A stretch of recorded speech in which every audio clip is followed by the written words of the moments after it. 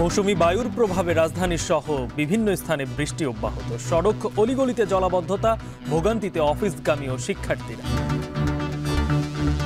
শাপলা চত্বর পর্যন্ত এখানে পুরো পানির মধ্যে, জলাবদ্ধতার মধ্যে মানুষ জিম্মি। যদি নজরদারি থাকতো তাহলে একটু বৃষ্টির পানিতেই এভাবে রাস্তা ব্লক হয়ে যাওয়ার বা ভরে যাওয়ার কথা ছিল না। রপ্তানিতে এখনো এককভাবে পোশাক নির্ভর বাংলাদেশ। অর্থনীতি চাপমুক্ত রাখতে পণ্য বহুমুখী করার তাগিদ। দুইটা পণ্যের উপর আমাদের যে নির্ভরশীলতাটা কমাতে হবে, আমরা এক্সপোর্টটা ডাইভার্সিফাই করার জন্য। পূজা মণ্ডপগুলোতে সাজ সাজ রব, শেষ সময় তুলির আঁচড়ে রং পাচ্ছে প্রতিমা। ক্রেতা কমায় উৎসব বাণিজ্যে ভাটা। এবং লেবাননে ইসরায়েলি হামলায় নিরাপত্তাহীনতায় লাখো প্রবাসী বাংলাদেশি। বিশেষ ফ্লাইটে দেশে ফিরতে চান তারা। কেউ রাস্তায়, কেউ সাগর পাড়ে, কেউ পার্কে, কেউ খোলা আকাশের নিচে কিন্তু বসবাস করতেছে। অনেক বাংলাদেশি না খেয়ে থাকার জায়গা নাই, রাস্তায় রাস্তায় ঘুরে আছে।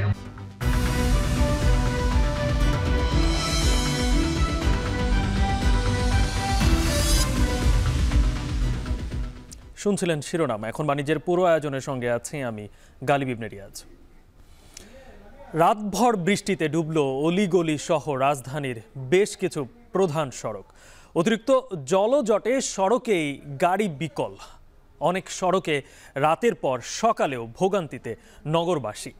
আবহাওয়া অধিদপ্তর বলছে, মৌসুমি বায়ুর সক্রিয় অবস্থানের কারণে এই বৃষ্টিপাত, যা চলমান থাকবে সপ্তাহ জুড়ে।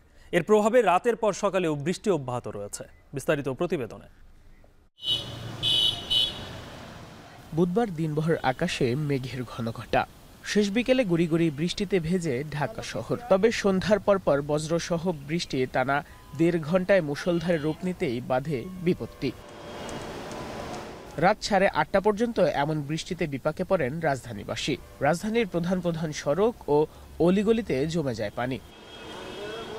প্রধান সড়কগুলোতে হাঁটুপানি হলেও অলিগলিতে পানি ওঠে আরও বেশি। মতিঝিল, ইত্তেফাক মোড়, আরামবাগ সহ রাজধানীর প্রধান প্রধান সড়ক চলে যায় পানির নিচে। সড়কে পানি জমে যাওয়ায় গন্তব্যে যেতে না পেরে আটকে পড়েন নগরবাসী। পানি ঢুকে যাওয়ায় ইঞ্জিন বন্ধ হয়ে বিকল হয়ে পড়ে অনেক যানবাহন। ফলাফল বুধবার মধ্যরাতেও সড়কের মোড়ে মোড়ে তৈরি হয় যানজট। আটুর উপরে পানির রাস্তায়, তা গাড়ি তো বন্ধ হবে। ইঞ্জিন যদি চলে যায় তা গাড়িটা কি করে স্টার্ট থাকবে?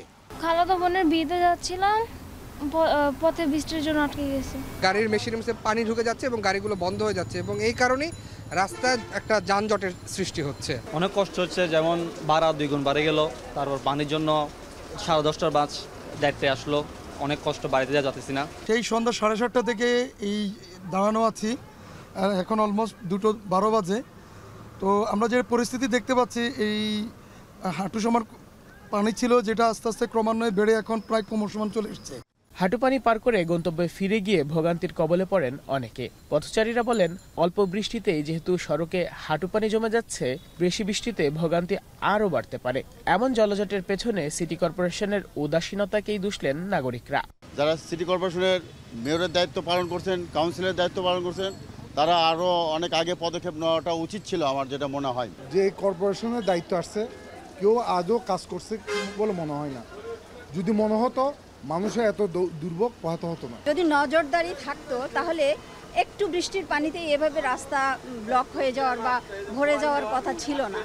আশ্বিনের মাঝামাঝিতে মৌসুমি বায়ুর সক্রিয় অবস্থানের কারণে চলায় এমন বৃষ্টির প্রবণতা সপ্তাহ জুড়েই থাকার আভাস দিয়েছে আবহাওয়া অধিদপ্তর।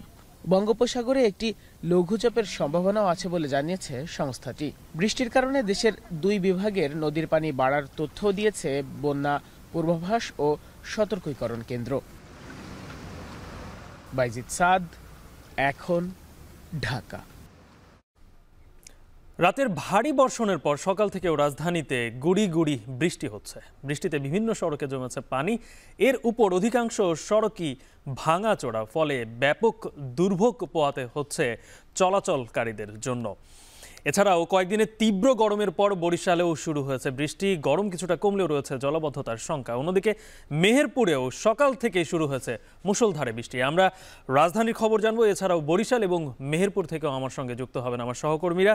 শুরুতে রাজধানীর ওয়ারি থেকে যুক্ত হচ্ছেন সহকর্মী দেবরাজ। দেবরাজ, গত কয়েক দিনে বিশেষ করে এই আমরা গত 1 মাস ধরে দেখেছি যে রাজধানীর সড়কে যে নতুন করে যে ভাঙাচোরা হচ্ছে, এগুলো তো আগের যেগুলো রয়েছে সেগুলো ছিলই, তার উপরে নতুন করে কোনো কিছুরই কোনো সংস্কার হচ্ছে না। তার উপরে এখন আবার বৃষ্টি, সড়কের বেহাল অবস্থার কি দেখছেন, কি ধরনের ভোগান্তিতে পড়তে হচ্ছে এই নগরবাসীকে? গালিব, আপনি যেমনটা বলছিলেন, আপনি আসলে অনেক কথাই বলে ফেলেছেন যে যে বৃষ্টির কারণে যে রাস্তাঘাটের অবস্থা, আগে থেকেই রাস্তাঘাটের অবস্থা খারাপ ছিল এবং গত 2 মাস যাবৎ সিটি কর্পোরেশনের কার্যত অর্থাৎ 5 আগস্টের সরকার পতনের পর থেকে কিন্তু আপনার সিটি কর্পোরেশনের যে স্বাভাবিক কার্যক্রম সেটা কিন্তু একদমই দেখা যাচ্ছে না মাঠে, এবং সেটার ফলাফলই কিন্তু আসলে নগরবাসী ভোগ করছে। আমরা দেখতে পাচ্ছি যে ঢাকা এই বিশেষ করে যে এই বঙ্গভবনের রাস্তাটার যদি আমি কথা বলি, এটা কিন্তু একদম এখান থেকে যে চট্টগ্রাম বের হয়ে যাওয়ার যে রাস্তাটি এবং সেই সাথে যে আপনার পদ্মা সেতু হয়ে যাওয়ার যে রাস্তাটি, সেই রাস্তায় যত বড় গাড়িগুলো আছে সব মোটামুটি বড় একটা অংশ কিন্তু এই সড়কটি ব্যবহার করেন। এবং এই সড়কের আপনি যদি একটু চিত্র দেখেন, সেটা হচ্ছে যে এই সড়কে সবসময় এমনি যানজট লেগে থাকে এবং তার উপরে বৃষ্টির কারণে প্রচুর রাস্তার ক্ষয়ক্ষতি হয়েছে এবং প্রতিটি পয়েন্টেই কিন্তু আসলে বড় বড় গর্ত সৃষ্টি হয়েছে এবং সেই গর্তে বৃষ্টির পানি জমে কিন্তু সেটা এক ধরনের আপনার ভয়াবহ অবস্থা ধারণ করেছে। আমরা বিভিন্ন ধরনের যানবাহন চালক যারা রয়েছেন তাদের সাথে কথা বলেছি, তারা কিন্তু বলছে যে এখানে প্রতিনিয়ত আসলে দুর্ঘটনার শিকার হচ্ছে এবং গাড়ির গতি অনেকটাই ধীর গতি হয়ে যাওয়ার কারণে কিন্তু এখানে যানজট দেখা দেয়। আমরা এই যে আপনার ওয়ারির এই পেছন সাইডে এটা দেখাচ্ছিলাম যে বৃষ্টির কারণে আমরা দেখতে পেয়েছিলাম এই রাস্তাটা বৃষ্টির আগ দিয়ে আপনার তেমন একটা ভাঙাচোরা না থাকলেও এই যে গত মাসখানেক ধরে যে মুষলধারে বৃষ্টি, নিম্নচাপের ফলে যে বৃষ্টিগুলো হচ্ছে তার কারণে কিন্তু আসলে রাস্তার আরও ক্ষয়ক্ষতি হয়েছে। তবে এখন পর্যন্ত আসলে সিটি কর্পোরেশন থেকে যে কার্যক্রম থাকার কথা আসলে এই রাস্তা মেরামতের, সেই ধরনের রাস্তা মেরামতের কোনো সম্ভাবনাই আমরা আসলে কোনো লক্ষণও দেখিনি এবং সেই ব্যাপারে যখন আমরা সিটি কর্পোরেশনের বিভিন্ন মাধ্যমে যোগাযোগ করার চেষ্টা করেছি, তারা কিন্তু বলেছেন যে আসলে তারা দ্রুততার সাথে এটা করবে, কিন্তু সেই প্রেক্ষিতেও কিন্তু আসলে এখানকার যারা স্থানীয় মানুষ রয়েছে তারা তো বলছেন যে এই ধরনের কোনো কার্যক্রম আসলে তারা দেখতে পায়নি এবং সেইটার কারণেই আসলে মূলত ভোগান্তিটা। আমি বলেছিলাম যে এই রাস্তা দিয়েই কিন্তু প্রায় দক্ষিণবঙ্গের প্রায় 40টা জেলার গাড়ি কিন্তু এই সড়ক দিয়ে যায় এবং এই সড়কের এমন একটা ঢাকার বাইরে যাওয়ার একটা প্রবেশ মুখের এইরকম বেহাল দশা কিন্তু মানুষকে ভোগান্তিতে ফেলছে। তো রাজধানী ঢাকায় আমরা এই রাস্তা দিয়ে কিন্তু বরিশালে যাওয়া যায়, সেই বরিশালে আমাদের বৃষ্টির কারণে আসলে কোন ধরনের বরিশালের মানুষ সমস্যায় ভুগছেন সেটা জানাবেন আমাদের সহকর্মী অমিত, যদি আমাদের একটু বলেন। ধন্যবাদ আপনাকে। বরিশালে কিন্তু গতকাল থেকেই গুড়ি গুড়ি, কখনো মাঝারি, কখনো হালকা আকারের বৃষ্টিপাত হচ্ছে এবং আজকে সকাল থেকেও কিন্তু এই হালকা আকারের যে বৃষ্টিপাত সেটি অব্যাহত রয়েছে। এবং একটু জানিয়ে রাখি যে গত কয়েক দিন ধরে বলা যায় যে সপ্তাহখানেক ধরেই কিন্তু বরিশালে তীব্র গরম অনুভূত হয়েছিল এবং এতে কিন্তু বরিশালের যে নগর জীবন সেটি কিন্তু প্রায় অতিষ্ঠ অবস্থায় ছিল। সেখান থেকে কিছুটা স্বস্তি মিলেছে নগরবাসীর এবং বৃষ্টির দেখা মিলেছে। তবে সেক্ষেত্রে কিছুটা শঙ্কাও রয়েছে জলাবদ্ধতার, কেননা বরিশালে এখনকার সময়ে কিছুক্ষণ বৃষ্টি হলেই কিন্তু বিভিন্ন নগরের বিভিন্ন রাস্তায় পানি জমে যায় এবং এতে জলাবদ্ধতার সৃষ্টি হয়, যার কারণে নগরীর যে বাসিন্দারা রয়েছেন তারা কিন্তু কিছুটা ভোগান্তি পোহাতে পড়েন। এবং আরেকটু জানিয়ে রাখি যে বরিশালে এই যে গতকাল রাত থেকে সকাল 6টা পর্যন্ত গত 24 ঘন্টায় 28.8 মিলিমিটার বৃষ্টিপাত রেকর্ড করেছে বরিশালের আবহাওয়া অফিস এবং তারা জানিয়েছেন যে আরও 2-1 দিন এই বৃষ্টিপাতের সম্ভাবনা রয়েছে এবং বৃষ্টিপাতের পরিমাণ কিছুটা বাড়ার সম্ভাবনাও রয়েছে বলে জানিয়েছেন। এবং এই খবরে আসলে বরিশালের যারা নগরবাসী রয়েছেন তারা কিছুটা দুশ্চিন্তায় রয়েছেন, কেননা এখন পর্যন্ত সেরকমভাবে জলাবদ্ধতা দেখা না দিলেও কিছু বৃষ্টি, ভারী পরিমাণের বৃষ্টি হলে কিন্তু নগরীর বিভিন্ন জায়গায় কিন্তু জলাবদ্ধতার সৃষ্টি হয় এবং কোনো কোনো জায়গায় হাঁটু পর্যন্ত পানি আসলে বৃদ্ধি পায়। সেক্ষেত্রে নগরবাসীর চলাচল থেকে শুরু করে শিক্ষার্থীদের স্কুলে যাওয়া এবং অফিসগামী লোকজনদের অফিসে যাওয়ায় কিছুটা বেগ পেতে হয়। এছাড়া বাজারঘাট করার ক্ষেত্রেও কিছুটা ভোগান্তি কিন্তু তাদের পোহাতে হয়। এবং আরেকটু জানিয়ে রাখি যে বরিশালে একসময় অনেক খাল থাকার কারণে, পুকুর জলাশয় থাকার কারণে কিন্তু জলাবদ্ধতার এরকম ভোগান্তি সেটা ছিল না। তবে বেশ কয়েক বছর ধরে এই খালগুলো আসলে বিলুপ্ত হয়ে যাওয়ার কারণে কিংবা পুকুরের জলাশয়ের সংখ্যা কমে যাওয়ার কারণে এই ভোগান্তিটা কিন্তু এখনকার সময়ে আসলে খুব বেড়ে যাচ্ছে, যে কারণে কিছুটা ভোগান্তিতে পড়ছেন কিন্তু নগরবাসী। এবং তারা বলছেন যে বারবার অনেক জনপ্রতিনিধিরাই আসছেন, কিন্তু এটার কোনো সুষ্ঠু সুরাহা কিংবা স্থায়ী কোনো সমাধান আসলে তারা করছেন না। তবে নগরবাসীর দাবি একটাই যে খুব দ্রুত সময়ের মধ্যে জলাবদ্ধতার বিষয়টি যদি নজরদারিতে আনা হয় তাহলে তারা কি এই জলাবদ্ধতা থেকে কিছুটা মুক্তি পাবেন। এই ছিল বরিশাল থেকে আমার কাছে বৃষ্টির সর্বশেষ। এবার আমরা চলে যাব মেহেরপুর, সেখানে রয়েছেন সহকর্মী মুন্না। আমাদেরকে একটু বৃষ্টির সর্বশেষ খবর জানাবেন। অমিত, আপনাকে ধন্যবাদ। আমি বরিশালের মতোই মেহেরপুরে কিন্তু আজ সকাল থেকেই গুড়ি গুড়ি বৃষ্টিপাত শুরু হয়। পরে 8টা থেকে 9টা পর্যন্ত মুষলধারে কিন্তু ঘন্টাব্যাপী বৃষ্টিপাত হয়েছে, যার ফলে সবচাইতে বেশি বিপাকে পড়েছে যারা দিনমজুর খেটে খাওয়া মানুষ, বিশেষ করে যারা রিক্সা চালক, ভ্যান চালক, ইজি বাইক চালক, এরা কিন্তু কাজে বের হতে পারছে না, যার ফলে তাদের কিন্তু চলা অনেক কষ্ট হয়ে যাবে। এছাড়াও বৃষ্টির ফলে কিন্তু রাস্তাঘাটে স্বাভাবিক সময়ের চাইতে লোকজনের উপস্থিতি অনেকটাই কম দেখেছি। আবার যেহেতু আজকে স্কুল খোলা রয়েছে, প্রতিটা স্কুল, সকাল থেকে বৃষ্টিপাতের ফলে কিন্তু মেহেরপুরে আমি কয়েকটা শিক্ষা প্রতিষ্ঠানের প্রধানের সাথে কথা বলেছি, তারা আমাকে জানিয়েছে স্কুলের শিক্ষার্থীর উপস্থিতির হারও কিন্তু অনেকটাই কম। আবার আমি যদি আপনাকে আরেকটু জানিয়ে রাখি, মেহেরপুর কিন্তু কৃষি প্রধান এরিয়া। আপনাকে একটু জানিয়ে রাখি, গত মাসে মুষলধারে বৃষ্টিপাতের ফলে মেহেরপুরে উৎপাদিত বেশিরভাগ সবজি কিন্তু নষ্ট হয়ে গেছে, যার ফলে মেহেরপুরে কিন্তু গত কয়েক সপ্তাহ ধরেই সবজির দাম কিন্তু চড়া। যদি এই বৃষ্টিপাত যদি অব্যাহত থাকে আরো কয়েকদিন, তাহলে যতটুকু সবজি মাঠে রয়েছে সেগুলোও কিন্তু নষ্ট হয়ে যাওয়ার সম্ভাবনা রয়েছে, যার ফলে সবজির দাম কিন্তু আরো এক দফায় বাড়তে পারে বলে মনে করছে। আমি কয়েকজন পথচারীর সাথে কথা বলেছি, তারা প্রতিদিনের যে কাজ, বিশেষ করে বাজার ঘাট করা সহ যে নিত্য প্রয়োজনীয় যে কাজগুলো, সেগুলো কিন্তু বৃষ্টির ফলে সকাল থেকে কিন্তু করতে পারছে না। এরকম বিভিন্ন ধরনের ভোগান্তির মধ্যেই কিন্তু রয়েছে মেহেরপুরের মানুষ এই বৃষ্টিপাতের ফলে। গালিব, এই ছিল আমার কাছ থেকে বৃষ্টির সর্বশেষ পরিস্থিতি। গত রাত থেকেই টানা বৃষ্টিতে রাজধানী সহ রাজধানীর বাইরেও মানুষের ভোগান্তিতে পড়তে হচ্ছে, সেই খবর জানাচ্ছিলেন রাজধানী থেকে দেবরাজ দেব, বরিশাল থেকে অমিত হাসান আর মেহেরপুর থেকে মুজাহিদ আল মুন্না। এবারে অন্যান্য খবর। বর্তমানে দেশের রপ্তানি আয়ের প্রায় ৮৩% অর্জিত হয় পোশাক খাত থেকে। দেশের তৈরি পোশাক যতটা এগিয়ে এসেছে তার ধারে কাছেও যেতে পারেনি অন্যান্য রপ্তানি পণ্য। এতে পোশাক খাতের ওপর তৈরি হয়েছে একক নির্ভরশীলতা। অর্থনীতিবিদরা বলছেন, পোশাক খাতের ওপর অতি নির্ভরশীলতা ভবিষ্যতে বয়ে আনতে পারে মারাত্মক পরিণতি। আরও জানাচ্ছেন আসিফ ইকবাল।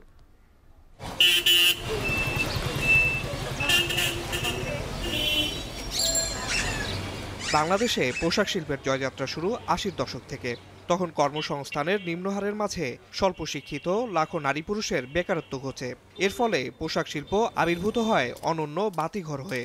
সেই শিল্প ২ দশকে নানা চড়াই উতরাই পেরিয়ে এখন পরিণত হয়েছে দেশের অন্যতম প্রধান রপ্তানি খাতে। তবে এই শিল্পের উপর গেল কয়েক বছর ধরে মাঝে মাঝেই আসছে নানামুখী আঘাত ও বিপর্যয়। বহুমুখী সংকটে বর্তমানে কঠিন সময় পার করছে প্রায় ৪০ লাখ শ্রমিকের কর্মসংস্থান করা এবং গেল বছর প্রায় $৪৭ বিলিয়ন বৈদেশিক মুদ্রা অর্জনকারী খাতটি। ইউরোপ আমেরিকা অঞ্চল থেকে রপ্তানি আয় যেমন কমেছে, তেমনি নতুন রপ্তানি আদেশও কমেছে। এমন পরিস্থিতির মধ্যে যোগ হয়েছে সম্প্রতি গণ আন্দোলন এবং প্রধান প্রধান শিল্পাঞ্চলে সাম্প্রতিক শ্রমিক অসন্তোষের নেতিবাচক প্রভাব। এর মধ্যে নতুন সংকট হিসেবে আবির্ভূত হয়েছে বাংলাদেশের পোশাক খাতের সাথে পার্শ্ববর্তী দেশগুলোর প্রতিযোগিতা, যার মধ্যে রয়েছে ভারতের নতুন করে এই পোশাক খাতে গুরুত্ব দেওয়া। এতে তাদের বেড়েছে ক্রয়াদেশও। আমরা আরএমজিকে স্বয়ংসম্পূর্ণ এরকম ভেবে কাজ করছি, তার যে ইনসেন্টিভ ছিল সেগুলো কিন্তু ধীরে ধীরে উঠিয়ে নেওয়ার একটা প্রক্রিয়া চলছে। আর সেই প্রক্রিয়া যখন আমরা শুরু করেছি উঠিয়ে নেওয়া, ঠিক ইন্ডিয়ান গভর্নমেন্ট এই বাজারটাকে দখল করার জন্য তারা ইনসেন্টিভাইজ করছে। আপনি যদি গত মাসের পর্যালোচনা করেন তাহলে বাংলাদেশের ক্ষেত্রে যদি অর্ডারের কথা চিন্তা করেন আমাদের অর্ডার কমে যাচ্ছে, অর্থাৎ আমরা যেখানে 8 থেকে 10% অর্ডার ডিক্লাইন করছে, ঠিক ইন্ডিয়ায় একই সময়ের কথা যদি পর্যালোচনা করেন তাহলে 12% প্রবৃদ্ধি অর্জন করছে। তাহলে সেই জায়গা থেকে বোঝা যাচ্ছে যে আমাদের এই আরএনজি সেক্টরটা একটা ভালনারেবল পজিশন। রপ্তানি উন্নয়ন ব্যুরোর তথ্য বলছে গেল অর্থ বছরের 11 মাসে দেশের প্রধান রপ্তানি পণ্য পোশাক থেকে আয় হয়েছে প্রায় 43,851 মিলিয়ন ডলার। এরপর রয়েছে চামড়া ও চামড়াজাত পণ্য, যেখান থেকে বছরে আয় হয়েছে প্রায় 962 মিলিয়ন ডলার। কৃষিজাত পণ্য থেকে 847 মিলিয়ন ডলার, পাট ও পাটজাত পণ্য থেকে প্রায় 785 মিলিয়ন ডলার, হোম টেক্সটাইলে প্রায় 777 মিলিয়ন ডলার, হিমায়িত মাছে প্রায় 345 মিলিয়ন ডলার। পোশাক শিল্পে ভর করেই মূলত টিকে আছে দেশের অর্থনীতি। কিন্তু দেশ স্বাধীনের এত বছর পরেও অর্থনীতি কেন শুধু তৈরি পোশাক নির্ভর? আর অন্যান্য শিল্পই বা কেন পারছে না গার্মেন্টসের সাথে প্রতিযোগিতায় এগিয়ে যেতে? পোশাক খাত থেকে নির্ভরশীলতা কমাতে সরকারই বা কি ভাবছে?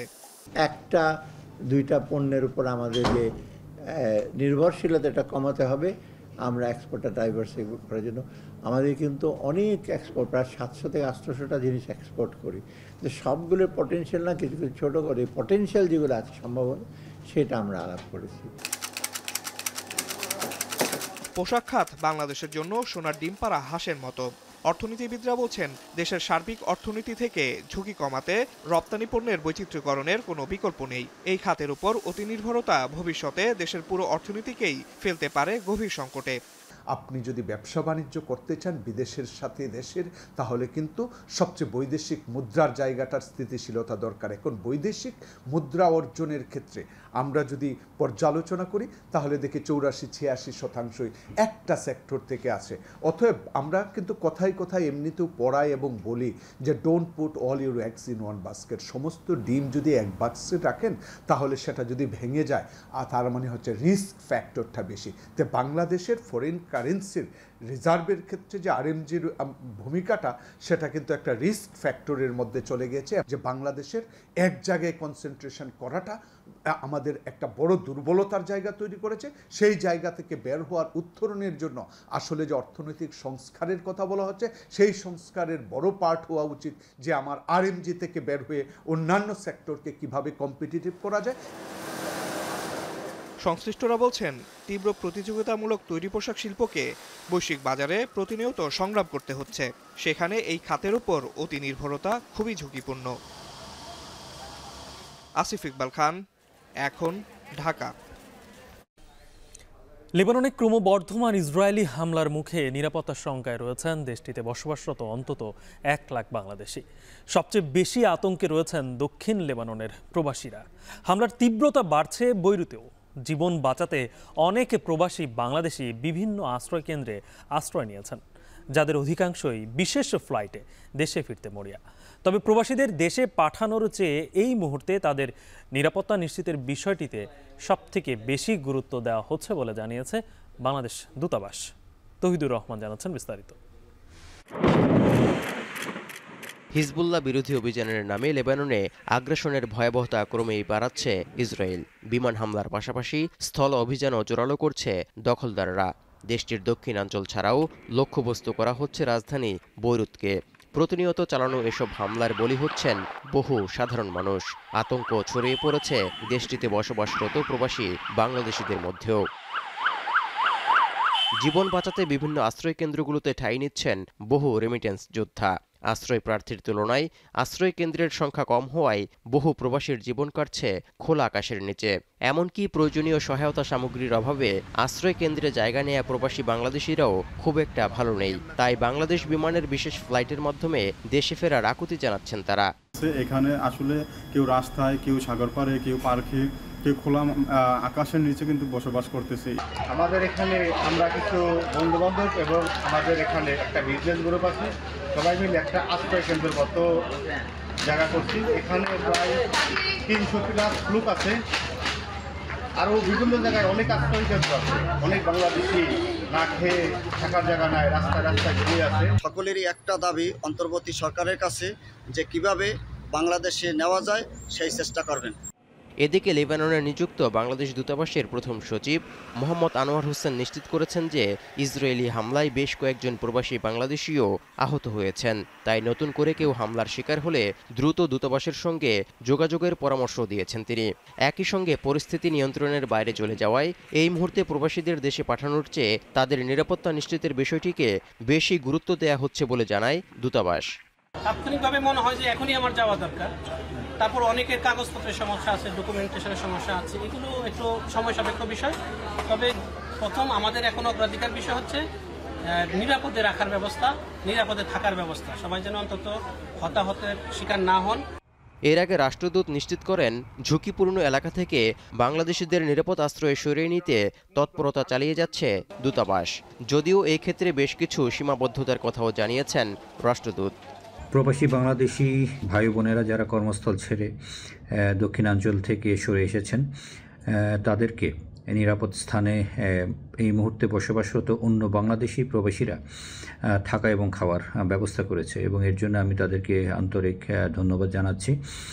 আমরা দূতাবাস থেকেও বিপদগ্রস্ত প্রবাসীদেরকে খাদ্য সামগ্রী সহ অন্যান্য সামগ্রী বিভিন্ন স্থানে চাহিদা মতো পৌঁছে দেওয়ার ব্যবস্থা করছি। তবে এটা সত্য যে সব মিলিয়ে চাহিদার বিপরীতে এই যে সাহায্যের পরিমাণ অপ্রতুল।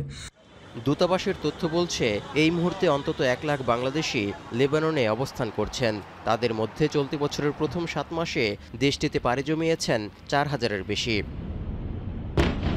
তৌহিদুর রহমান, এখন বিশ্ব।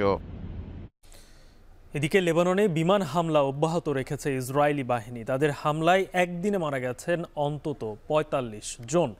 আতঙ্ক বিরাজ করছে লেবানন জুড়ে। বাসিন্দারা নিরাপদ আশ্রয়ের খোঁজে ছুটে বেড়াচ্ছেন। ধ্বংস হয়ে গেছে বহু ঘরবাড়ি ও অবকাঠামো। যদিও ইসরায়েলের দাবি হিজবুল্লাহ গোষ্ঠীকে লক্ষ্য করে এসব হামলা চালানো হয়েছে। শুধু আকাশপথেই নয়, স্থল আক্রমণও অব্যাহত রেখেছে ইসরায়েলি সেনারা। এমন পরিস্থিতিতে পশ্চিমা অনেক দেশের নাগরিকদের লেবানন থেকে নিজ দেশে ফিরিয়ে আনার প্রক্রিয়া শুরু করেছে। অনেকেই দক্ষিণ লেবানন ছেড়ে পালাচ্ছেন এবং আশ্রয় নিয়েছেন বিভিন্ন দূতাবাসে।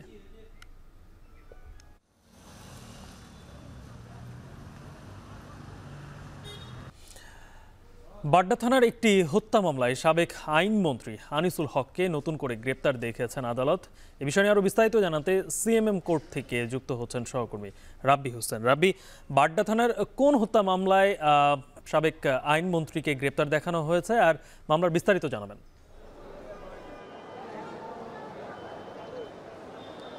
গালিব, আজকে 9টার কিছুক্ষণ পরপরই আদালতে হাজির করা হয় সাবেক আইনমন্ত্রী আনিসুল হককে। তাকে বাড্ডা থানায় আল আমিন নামের এক যুবককে হত্যা মামলায় তাকে আজকে নতুন করে গ্রেপ্তার দেখানোর আবেদন করে হাজির করা হয় এবং মামলার তদন্তকারী কর্মকর্তা বলেন যে 5ই আগস্ট শেখ হাসিনা সরকারের পদত্যাগের পর এই আল আমিন হোসেন তিনি বিজয় মিছিলে অংশ নিয়েছিলেন। তখন তিনি এলোপাতারি গুলিতে নিহত হন। সেই ঘটনায় একটি মামলা দায়ের করেন তার মা।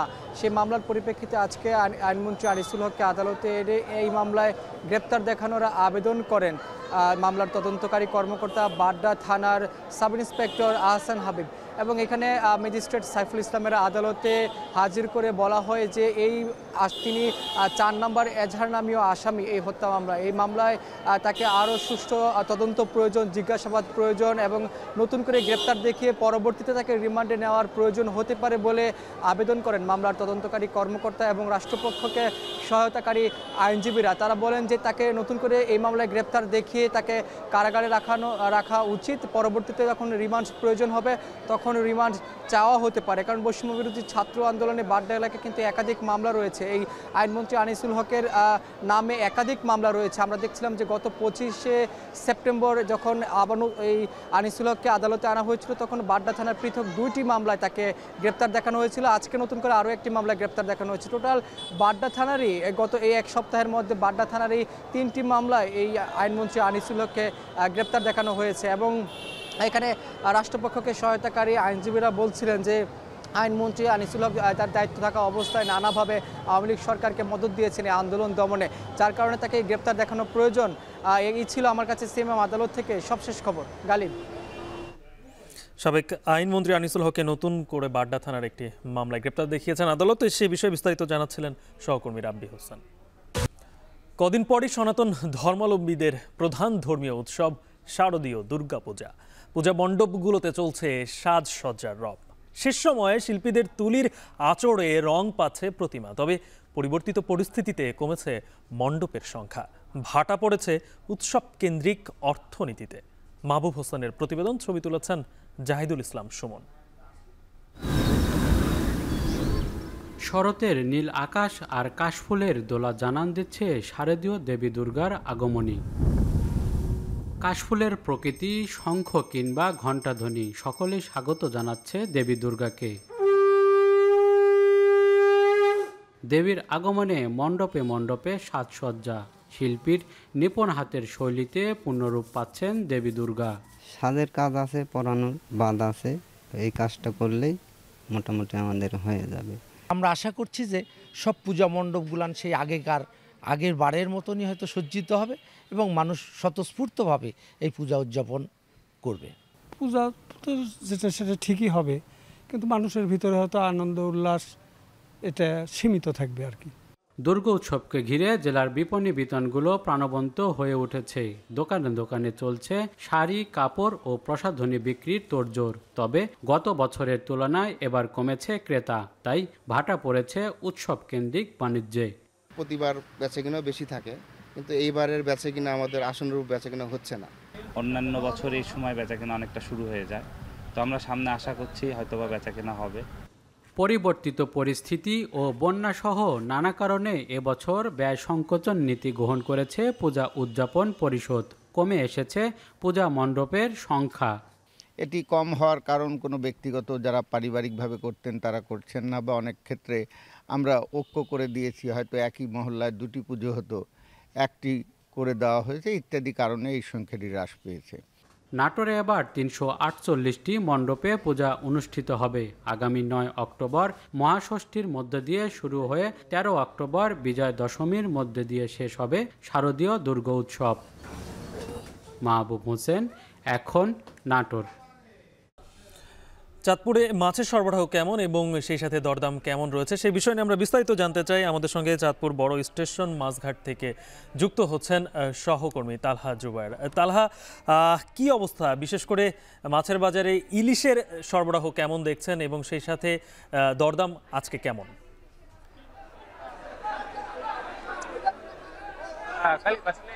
ইলিশের ভরা মৌসুম, আপনি জানেন যে আর কিছুদিন পরে কিন্তু যে 22 দিন ইলিশের অভিযান, মাইলিশ রক্ষা কিন্তু সেই অভিযান শুরু হবে আগামী 13 অক্টোবর থেকে। তো শেষ মুহূর্তের যে নদীতে মাছ ধরা কিন্তু ব্যস্ত সময় পার করছেন জেলেরা, যদিও গতকাল রাত থেকে বৈরী আবহাওয়ার কারণে কিন্তু কিছুটা সবচেয়ে মানুষের যেই মাছের চাহিদা সবচেয়ে বেশি, অর্থাৎ স্থানীয় নদীর যে পদ্মা এবং মেঘনার যে ইলিশ, সেই ইলিশের চাহিদা অনেক বেশি থাকলেও কিন্তু বাজারে কিন্তু সেই ইলিশের দেখা কিন্তু খুব একটা দেখা যাচ্ছে না। এবং ব্যবসায়ীরা বলছেন যে মূলত 1 কেজি ওজনের যে মাছ বা 800-900 গ্রাম ওজনের মাছের চাহিদা বেশি রয়েছে, তবে চাহিদার তুলনায় মাছের যোগান কিন্তু অনেক কম বলে কিন্তু তারা মনে করছেন। এবং এই কারণে কিন্তু গেল 1 সপ্তাহ যাবত কিন্তু মাছের দাম কিন্তু অনেক বেশি বলে কিন্তু তারা জানাচ্ছেন। 1 কেজি ওজনের আজকে যে মাছ তা কিন্তু বাজারে বিক্রি হচ্ছে 1800 থেকে 1900 টাকা দরে। তাছাড়া মাঝারি সাইজের মাছ কিন্তু বিক্রি হচ্ছে 1500 থেকে 1550 টাকায়। তবে ছোট সাইজের অর্থাৎ জাটকা থেকে কিছুটা বড় 200 গ্রাম 250 গ্রাম ওজনের মাছ কিন্তু বাজারে বেশি দেখতে পাওয়া যাচ্ছে। এবং এই মাছের দাম সরবরাহ কিছুটা বাড়ায় কিন্তু দাম কিন্তু কিছুটা কমে এসছে, কেজিতে 50 থেকে 100 টাকা পর্যন্ত। বাজারে এই জাটকার চেয়ে কিছুটা বড় অর্থাৎ 4টা বা 5টায় যে কেজি মাছ, সেই মাছের কেজি কিন্তু বিক্রি করা হচ্ছে 400 থেকে 450 টাকা দরে। তবে ব্যবসায়ীরা বলছেন যে ভারতে মাছের রপ্তানির পর থেকে কিন্তু বাজার অস্থিতিশীল হয়ে উঠছে, এবং যার কারণে কিন্তু যারা ক্রেতা রয়েছেন তারা কিন্তু স্বাচ্ছন্দ্যে মাছ কিনতে পারছেন না বলে কিন্তু ক্রেতারা বলছেন। চাঁদপুরের এই মাছঘাট দেশের অন্যতম বড় ইলিশের পাইকারি আড়ত, এবং এখান থেকে তাজা ইলিশ কেনার জন্য কিন্তু ঢাকা সহ বিভিন্ন জায়গা থেকে মানুষজন আসছে। তবে মাছের দাম নিয়ন্ত্রণে না থাকায় বা উচ্চ মূল্য হওয়ার কারণে কিন্তু অনেক ক্রেতাই কিন্তু হতাশ হয়ে ফিরে যাচ্ছেন, অনেকে স্বল্প পরিমাণে কিন্তু মাছ কিনে কিন্তু বাড়ি ফিরছেন। তো সবকিছু মিলিয়ে কিন্তু গালিব এই ছিল আমি চাঁদপুর থেকে ইলিশের সবচেয়ে সংবাদ। চাঁদপুর থেকে ইলিশ মাছের সরবরাহ এবং দরদামের সর্বশেষ জানাচ্ছিলেন সহকর্মী তালহা জুবায়ের।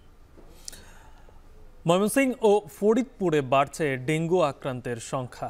গেল সপ্তাহে ময়মনসিংহে চিকিৎসাধীন অবস্থায় মারা গেছেন 2 জন। এ নিয়ে আরও জানাতে ময়মনসিংহ মেডিকেল কলেজ হাসপাতাল থেকে ইমতিয়াজ আহমেদ, এছাড়াও ফরিদপুর জেনারেল হাসপাতাল থেকে যুক্ত হচ্ছেন মফিজুর রহমান শিপন। শুরুতেই ইমতিয়াজ, আপনার কাছ থেকে জানতে চাই ময়মনসিংহে ডেঙ্গুর সার্বিক পরিস্থিতি কি এবং হাসপাতালের সেবা নিয়ে কোনো অভিযোগ রয়েছে কিনা।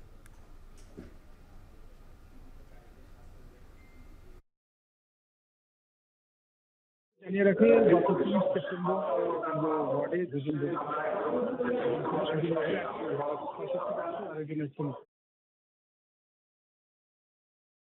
যেটা চিকিৎসকরা নার্সরা বলছিলেন যে খুব দেরি করে তারা এসেছেন, দ্রুত প্লাটলেট কমে যাচ্ছিল এবং তাদের শরীরে আনুষঙ্গিক আরও বেশ কিছু জটিলতার কারণে আসলে শেষ পর্যন্ত তাদেরকে আর বাঁচানো যায়নি। তারা ডেঙ্গুতে আক্রান্ত হয়ে পরবর্তীতে তারা মৃত্যুবরণ করেন এবং প্রতিনিয়তই কিন্তু রোগীর সংখ্যা বাড়ছে এবং রোগীরা আসছেন, ভর্তি হচ্ছেন, চিকিৎসা নিচ্ছেন এবং ফিরেও যাচ্ছেন। গত 24 ঘন্টায় এখন পর্যন্ত আমাদের কাছে যেটা হিসাব রয়েছে যে 39 জন ডেঙ্গু রোগী আক্রান্ত হয়ে রোগী কিন্তু ভর্তি হয়েছেন, যার মধ্যে আমরা আরও 15 জন 24 ঘন্টায় সুস্থ হয়ে বাড়ি ফিরে গেছেন।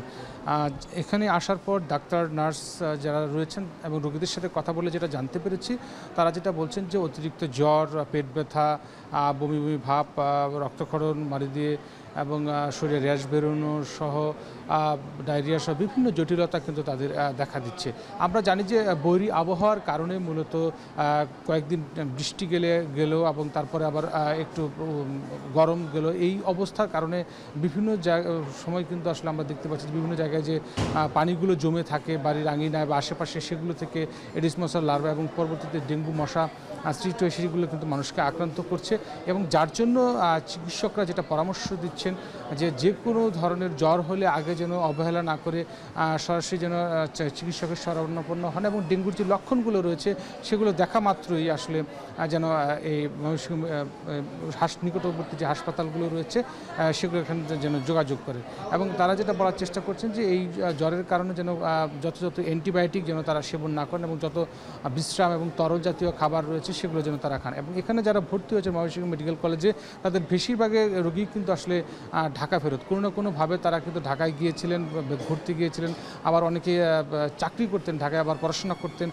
তারা সেখান থেকে আক্রান্ত হয়ে এখানে এসেছেন। তবে একটা স্বস্তির বিষয় গালিব, সেটা হলো যে অন্যান্য সময়ে আমরা যে উপচে পড়া রোগীর যে চাপটা দেখি সেটা কিছুটা হলেও ময়মনসিংহ মেডিকেল কলেজে আমরা একটু কম দেখতে পাচ্ছি। তবে অনেক রোগী বলছিলেন যে আসলে এই গরমের কারণে, তাদের তাপমাত্রা বেশি থাকার কারণে অনেকেই আসলে মশারির নিচে থাকতে চান না। তারপরেও ডাক্তার, নার্স যারা রয়েছেন তারা সর্বোচ্চ চেষ্টা করতেন যে রোগীরা যেন মশারিতে ব্যবহার করেন এবং তাদেরকে চিকিৎসা সেবা দিয়ে সুস্থ করে দেওয়ার চেষ্টা করছেন। আরেকটি বিষয় সেটি হলো যে সাধারণ ময়মনসিংহ নগরবাসী যারা দাবি জানাচ্ছেন যে মশক নিধনের জন্য মশক নিধন ওষুধ ছিটানোর সহ যে পরিষ্কার পরিচ্ছন্নতার কাজগুলো যেন সিটি কর্পোরেশন নিয়মিত করে, যেটা আসলে আমরা খুব একটা বেশি আমাদের চোখে পড়ছে না, যদিও এই সমস্ত কাজের জন্য কিন্তু কোটি কোটি টাকা কিন্তু ব্যয় করা হচ্ছে।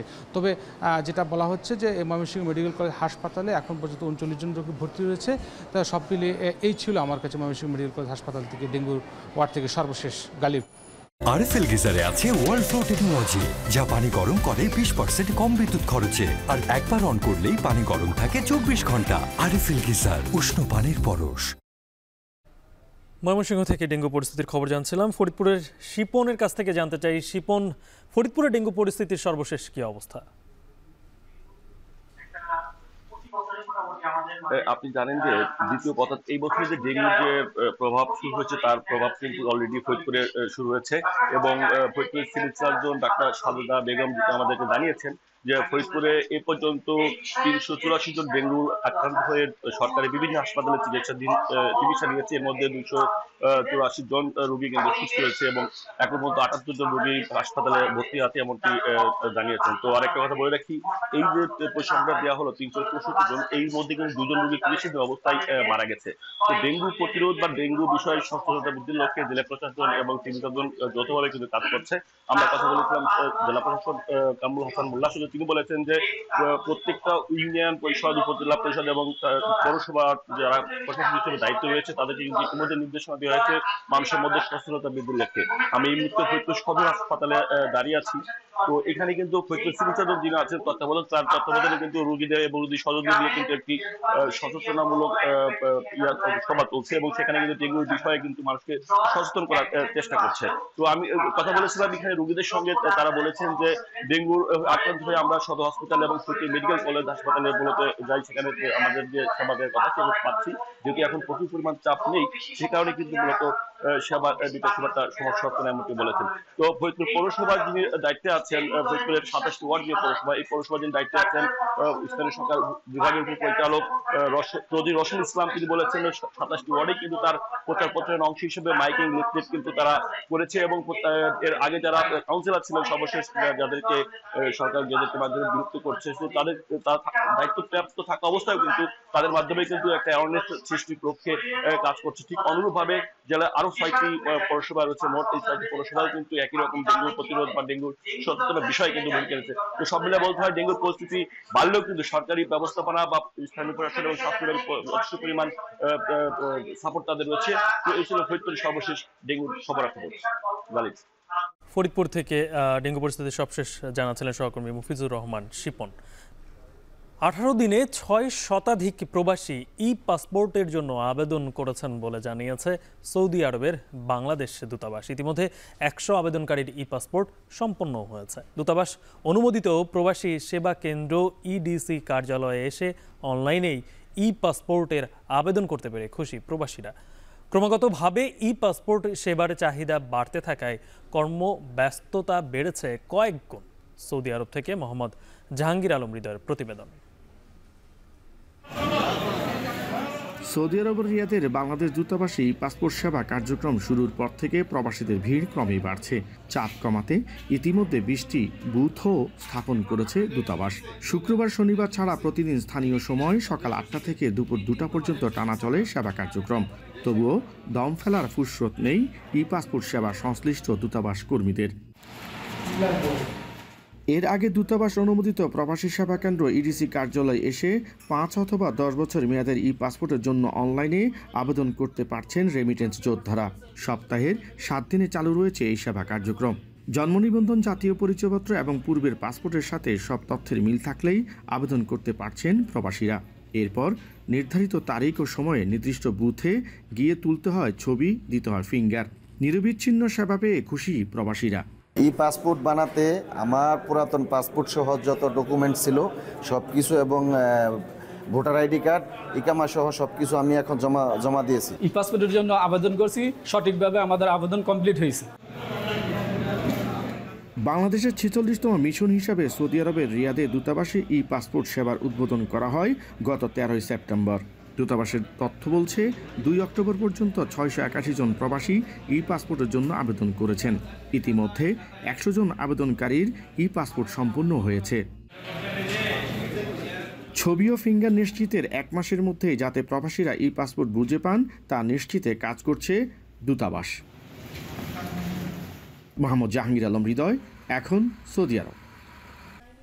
শেষ করছে এখন বাণিজ্য। এখন টেলিভিশন ওয়েবসাইটে দেখতে ভিজিট করুন এখন.tv। ফেসবুকে চোখ রাখুন facebook.com/tv.এখন আর ইউটিউবে লাইভ দেখতে ভিজিট করুন youtube.com/c/এখন.tv।